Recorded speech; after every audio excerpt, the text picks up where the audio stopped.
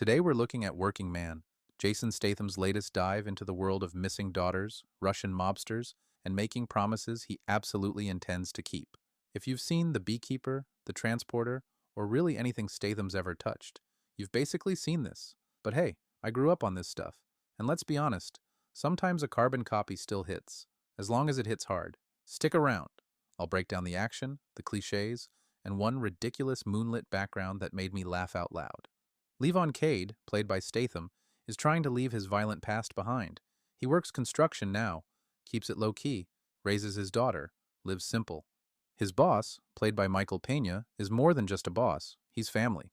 So when Pena's teenage daughter Jenny goes missing after sneaking into a club with fake IDs, it's personal, especially because Cade made her a promise that he'd always have her back. Just get my back if I ever need it. Sure, Jenny. Turns out, she's been taken by a Russian human trafficking ring. Classic setup. So Cade does what he does best: hunt, destroy, and make people regret underestimating a construction worker with military skills. Also, little detail I noticed that actually says a lot about who Cade is. He wears a t-shirt with Proverbs 111 printed on it. If they say, "Come with us, let us lie and wait for blood." That verse warns against associating with those who plan harm, urging the reader to avoid their path, because their actions are swift to shed blood. It's a subtle but powerful signal. In a story full of predators and gangsters, Cade isn't driven by violence. He's driven by justice. That shirt isn't just wardrobe, it's character. And yes, there's a lot more going on here. A custody subplot with Cade's daughter that never really pays off. A creepy buyer who looks like he stepped out of a horror film. Some rival gang drama. But let's be honest, you're not here for the plot. You're here for Statham to beat down bad guys. And he does. Let's start with the obvious. Jason Statham is doing what Jason Statham does. If you liked him in The Beekeeper, The Expendables, or The Transporter, this is that guy again. Same tone, same haircut, same ability to take out 6 guys in 10 seconds flat. But hey, he's good at it. One of the better scenes comes early, when Jenny watches him take down a group of gangsters outside the construction site. It's that moment that convinces her he's ex-military, and it's also when you realize, oh yeah, this is one of those movies. Jenny, played by Ariana Rivas, actually gives a solid performance. She holds her own in the early scenes and brings some grounded emotion to a film that otherwise moves in full action mode. Michael Pena is also in the movie, for a bit, mostly there to cry, plead, and remind you that Statham's got a reason to care. Pena's way better at comedy, but hey, the guy's got range. The action is slick, fast punches, knife work, and some gunplay that almost flirts with John Wick territory. I said almost. The movie's also produced by Stallone, and you can tell. It's got that last blood energy, brutal, brooding, and obsessed with lighting people from behind while a giant CGI moon hangs in the background.